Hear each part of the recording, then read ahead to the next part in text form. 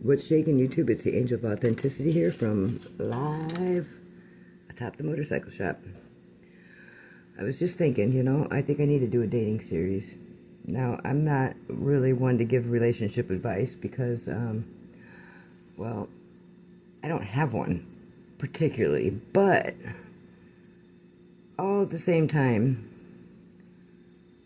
you got to get your feet wet sometimes, and roll up them sleeves. So if there was anybody that's done that a few times, can go all the way in, because that's the only way the Angel of Authenticity rolls, is to go all the way in for real. Ha!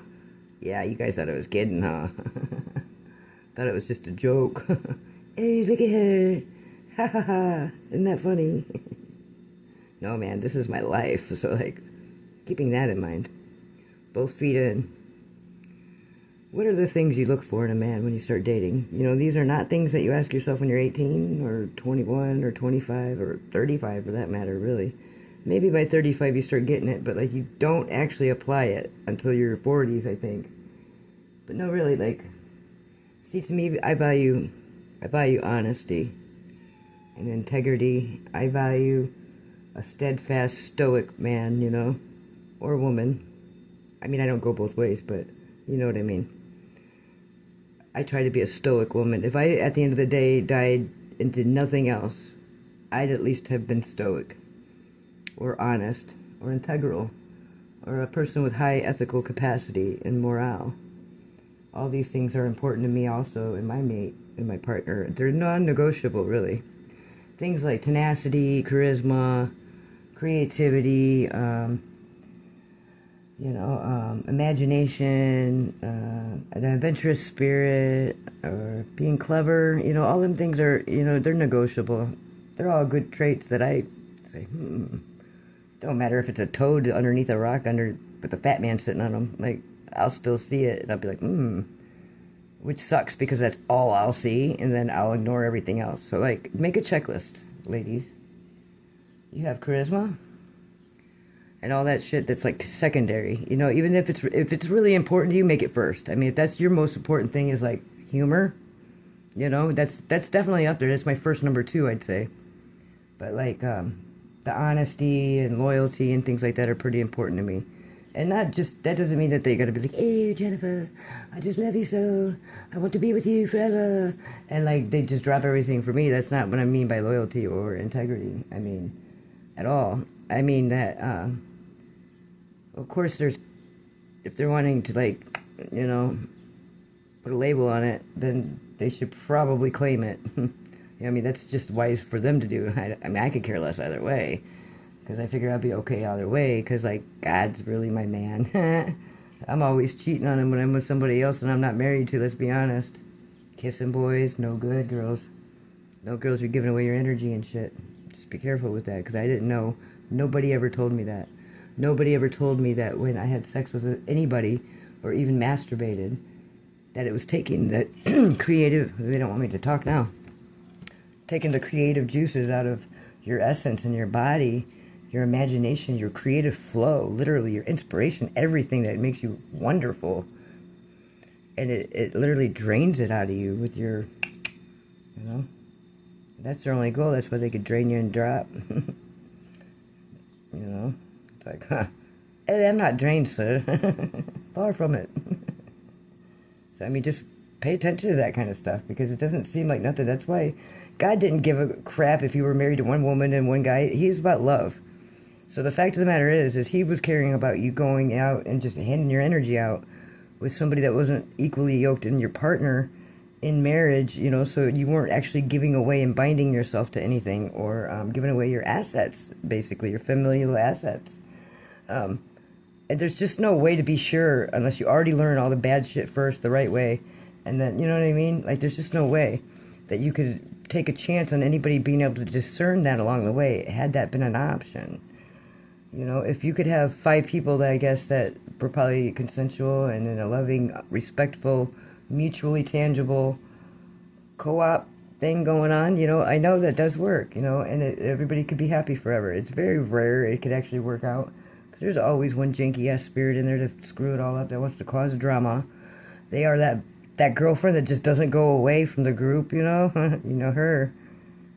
causes all kinds of drama. Every time she gets involved, she wants to reach out, show concern, fucking fuck your old man, you know what I mean? Steal some shit, blame it on you, start some more drama, call up grandma, get uncle involved, you know what I mean?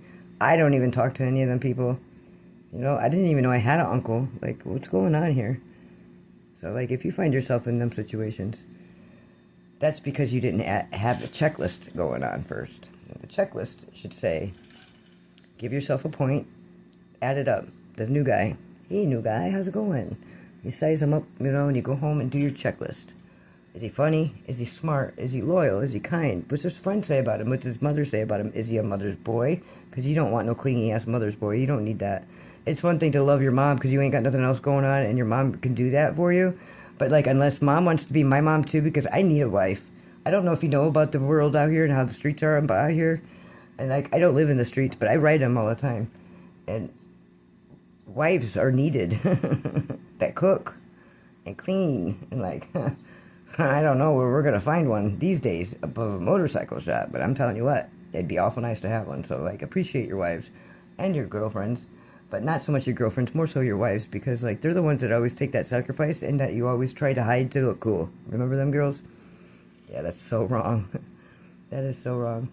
But, you know, it's not like a girl hasn't sat and lied about some fat motherfucking asshole guy that works at Wendy's or something underneath their wing every now and then.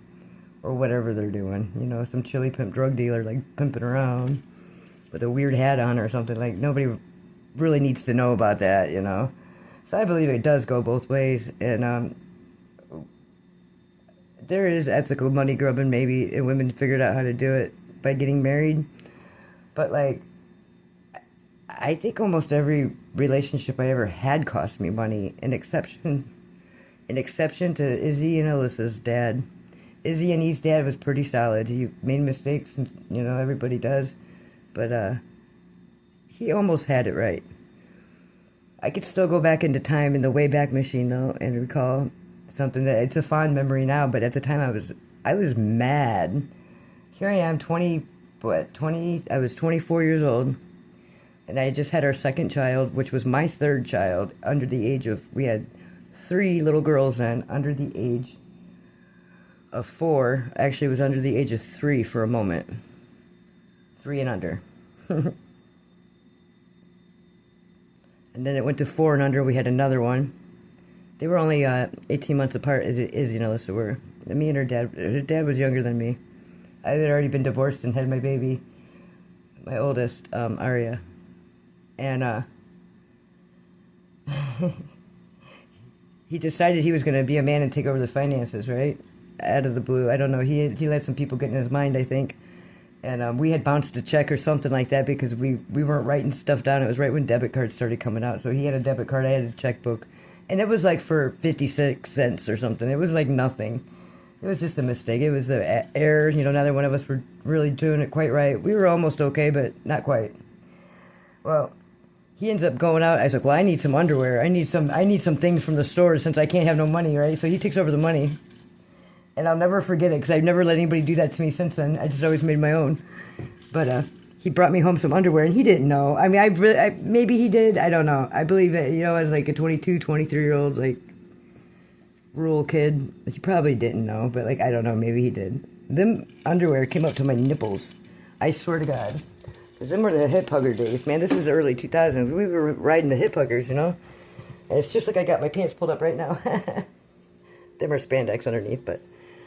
Literally, they come up over the top of my navel. And I pulled them up. I couldn't even fold them down and do anything with them, you know.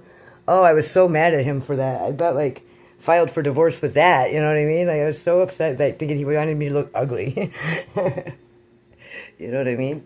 It's just so funny because me and him, we really tried to do the right thing. And we made some decisions to try to do it the right way and have God in our life. And it's just so funny how it works out and how it gets portrayed and painted and remembered later on. But that's something I remembered and I wanted to share because back then it's very similar to how it is in my life right now. It's no different when the federal agents start doing indictments. It's always the same time. It's the same energy. Monitoring spirits in the Bible, you could interchange it with the word federal agents and law enforcement, basically in general, any of them. Any of the 3-letter doodahs. and they're exchangeable, and they'll always apply. You find me a sentence or a statement or a paragraph where it talks about one or the other that you can't interswitch it, and it not apply, you know? So I really kind of feel like the Bible, when they were talking about monitoring spirits and things, that they could have been talking about some of the control-y, doodah, monitoring, crooked. I don't think that all monitoring spirits are like that, because the Holy Spirit watches you, your archangels watch over you, your guardian angels watch over you. Just like I don't think that crystals could possibly be bad, or your amethyst or your rocks that you have from the earth, considering God put the earth here for humans, and all the plants and animals and rocks and stars and skies and suns and moons and all of it is here for us. He makes that clear there. It's ours. It's not anybody else's. So it's just funny to me how, like, somehow it got written in that anything that would give you foresight, anything that would help you meditate, anything that would help you go within and become one with the universe, become one with God, and realize the collective consciousness, realize the Christ consciousness with God. It was, oh, no, that's taboo. We can't do that. No, we can't do that. No, give us all the relief funds. Yes. Oh, God doesn't love you, darling. He loves everybody but you. No, you just go home and go sit in your room like a good girl. Well, I know a nice boy you can marry, you know. Binds you contractually. You get all screwed up, and you don't even know what you're doing. You don't even realize that you think you're doing the right thing the whole time when you get baby trapped, or, you know, it's just such a sad thing. So, like, everybody needs to wake the hell up and do what they want to do and say what they want to say. And that's why I believe authenticity absolutely does save the world. Because people will just sit there and they're going to put their fucking hands on the hip, like I had a couple ex-husbands do during the divorce time when they were calling police. Yeah. I know. I never did that to them, but I got that in return.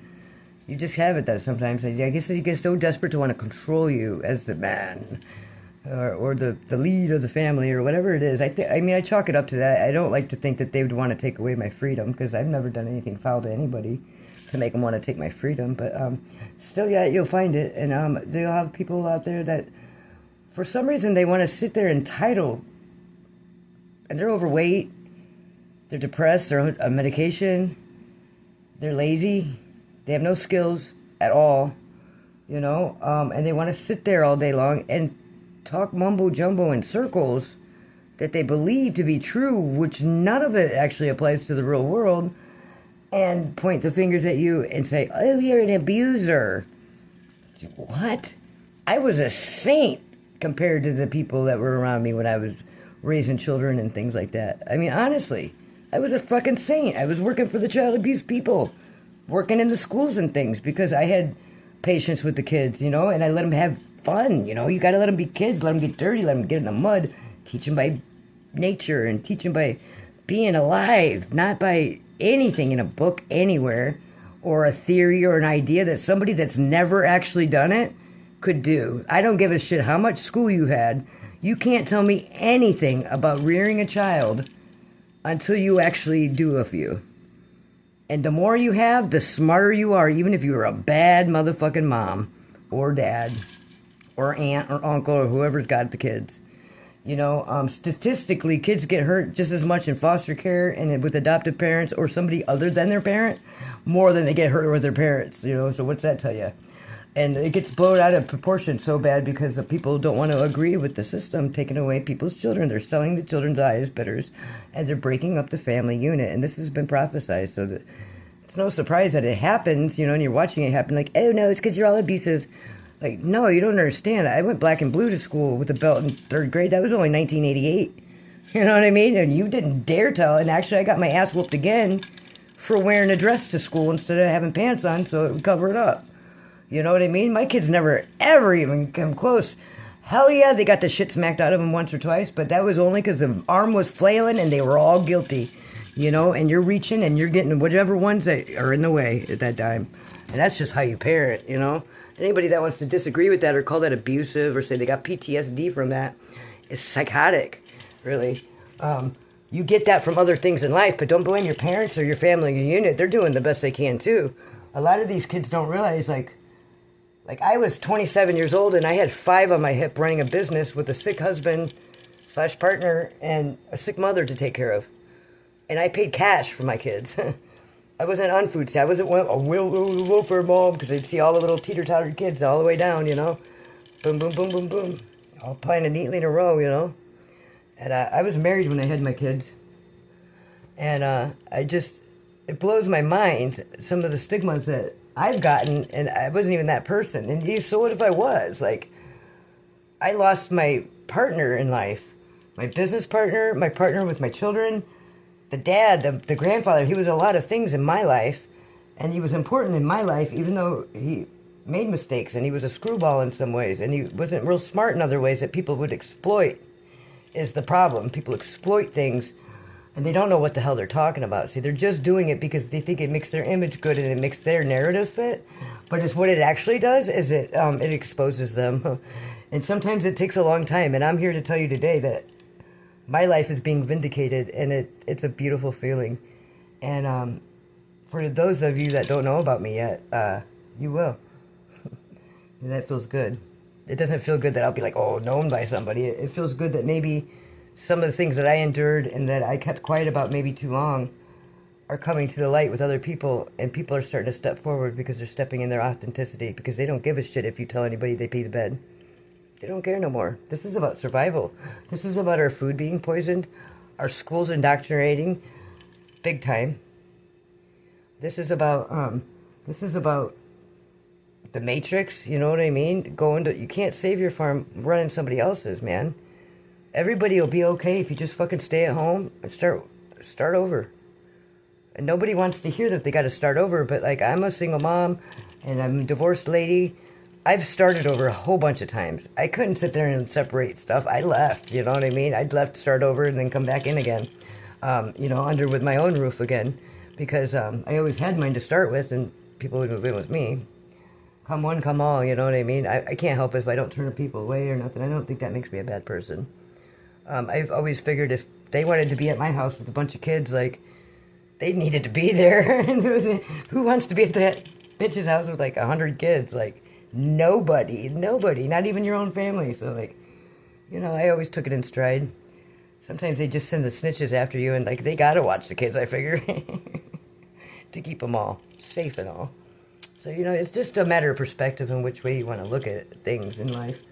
But like, one thing's for sure, don't give your energy away. And if you feel like somebody might, if they're tugging on your energy and you're dreaming about them and you're thinking about them all the time, you haven't seen them in a bazillion years, you're always thinking about them people, and you don't even know if you like them or not. You can't even decide. Like, the more you think about them, the more like you kind of get used to that familiar something, especially people without family, like me, There's not anything familiar in the world out there for me. I make my own familiarity by being me wherever I go. And the reaction I get back from people is usually kind of a familiar thing to me. And it's almost creating my home as I create new things. It's a transmutation exercise I do. It's called just fucking going along and rolling with the flow. I don't know if that's a technique or not, but it could be. You could buy my course maybe one day. Come on, I'm just saying. Like, you could call back your energy. Try it, and it works. You'll be giddy. You will. Call back your energy. You knowingly, unknowingly, if you considered your energy to be anywhere but where it should be with you, call it back in the name of Jesus. And ask your archangels and your angels for help. Your angels are right there wanting to help, but there is free will in this world that God gives us, not the devil. The devil ain't telling you to go ask the angels for help, is he? Nope. He's going to be begging the angels for help, though, because God's got a third of his people down there. There's a third of our angels down there. Fallen angels that, ew, I just couldn't help myself. I had to throw myself at the devil. Like, I don't know. I think they've been incognito. I think they're like super ninja, special agent angels that have been working on all them demons that sat there for 1,000 years or whatever it's been.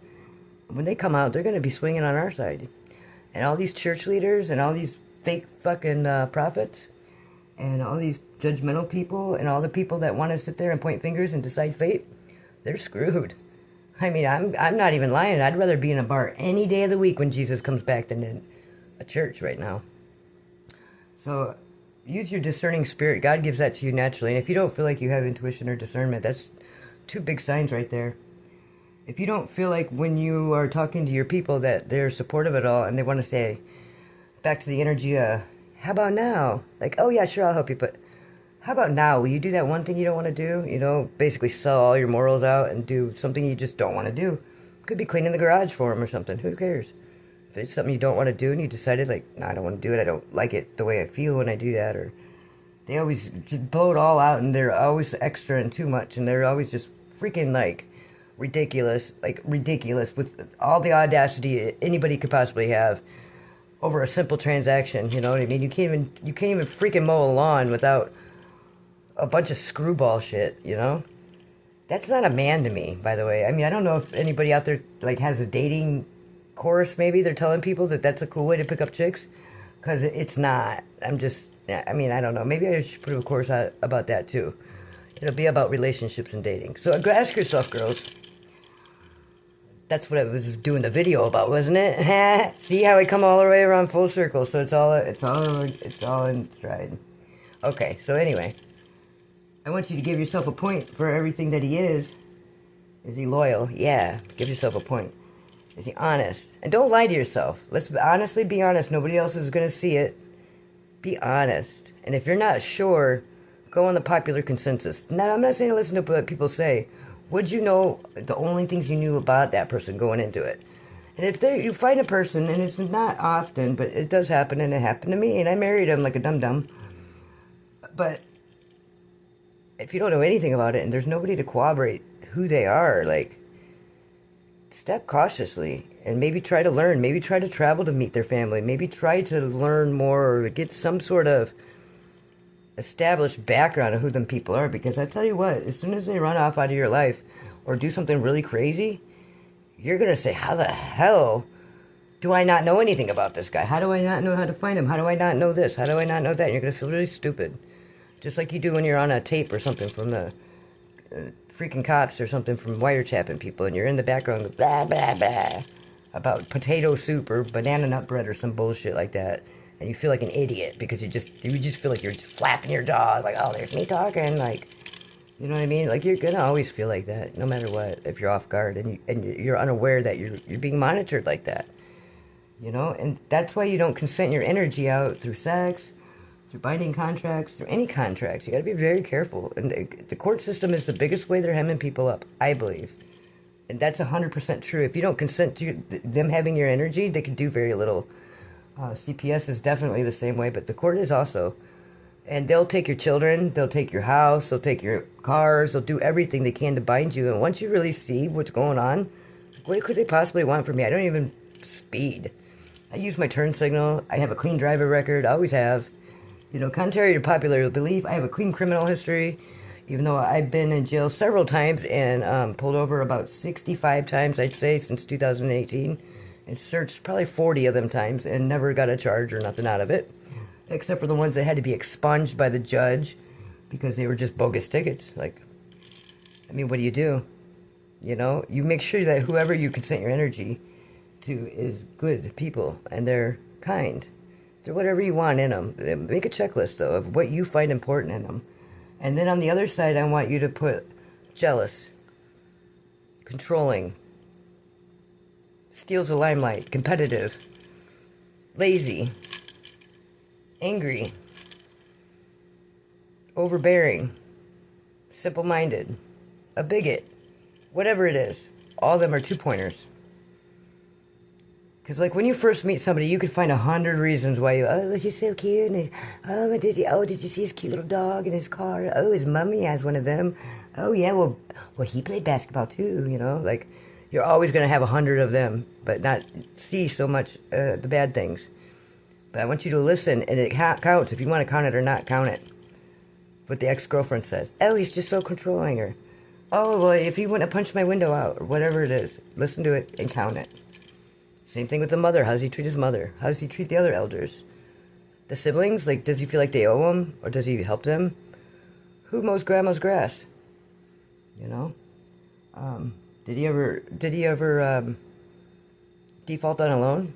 Why? Where? How much? For what? Was there another girl with him that caused him to do that? Them are all very important things you want to know. And they're all, almost every one of them is a huge, screaming red flag. They're 2 points.